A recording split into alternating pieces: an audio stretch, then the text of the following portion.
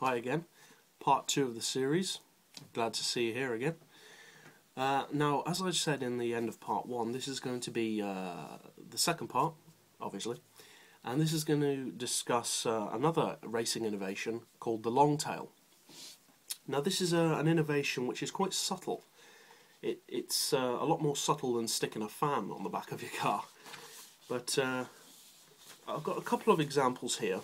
And arguably the main team to utilise this technology was Porsche in the 70s, but more the 80s.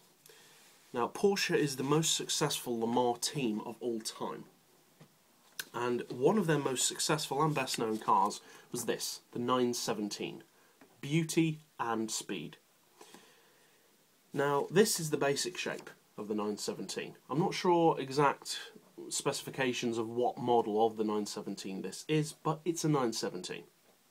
Now compare this 917 to this version and ignore the difference in paint colour. You can see quite a large difference between the actual structural shape of the car. Instead of this straight rear end, you've got this longer, more sloping back end with the wings sprouting out of it. And this is called a Longtail. So what is a Longtail? Why did they use it? Is it just to make the car look pretty? Now, you may have noticed, if you know anything about or are a fan of Group C Le Mans racing cars from the 80s, that a lot of them had this Longtail design.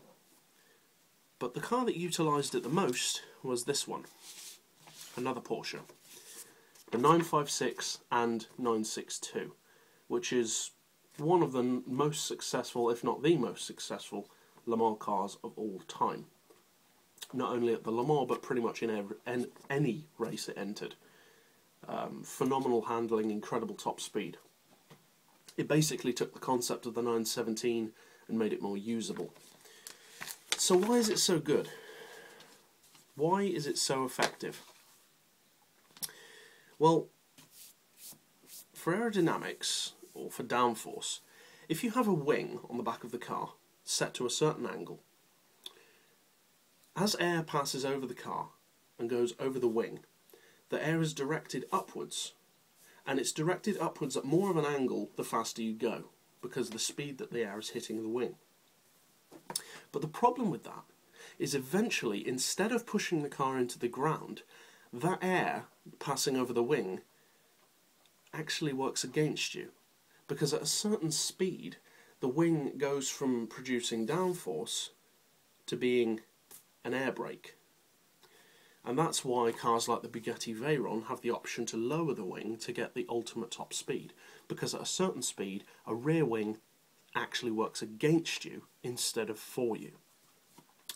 Now, the difference with the Longtail was that although it did have a wing, the effect of the downforce, because of being diffused over this whole Longtail area, was less drastic, and it meant that the downforce supplied by the rear wing could be less than a racing car that didn't have a Longtail. Because the effect of a Longtail actually gives the car more stability at high speed because of its length. The air has to travel longer over the car. It gives the car a larger downforce area, but it's a virtually flat downforce area. So you get the effects of the car being pushed into the ground, which you need, and you get the stability that you want, but you don't get the air brake effect, or not as much, as a car that just relies purely on its rear wing. Now, I don't believe that Longtails were banned. I think they were just phased out, as far as I'm aware, when the Group C era ended in the early 90s. But I believe the last use of a Longtail racing car was, in 1994, when Adore Porsche won the 1994 Le Mans. And as far as I'm aware, that's the last time a true Longtail ran in the Le Mans. So I'm going to leave it there for part 2 of the video, Longtails. Next part is going to be about rotary engines. So if that interests you, stick around for the next part.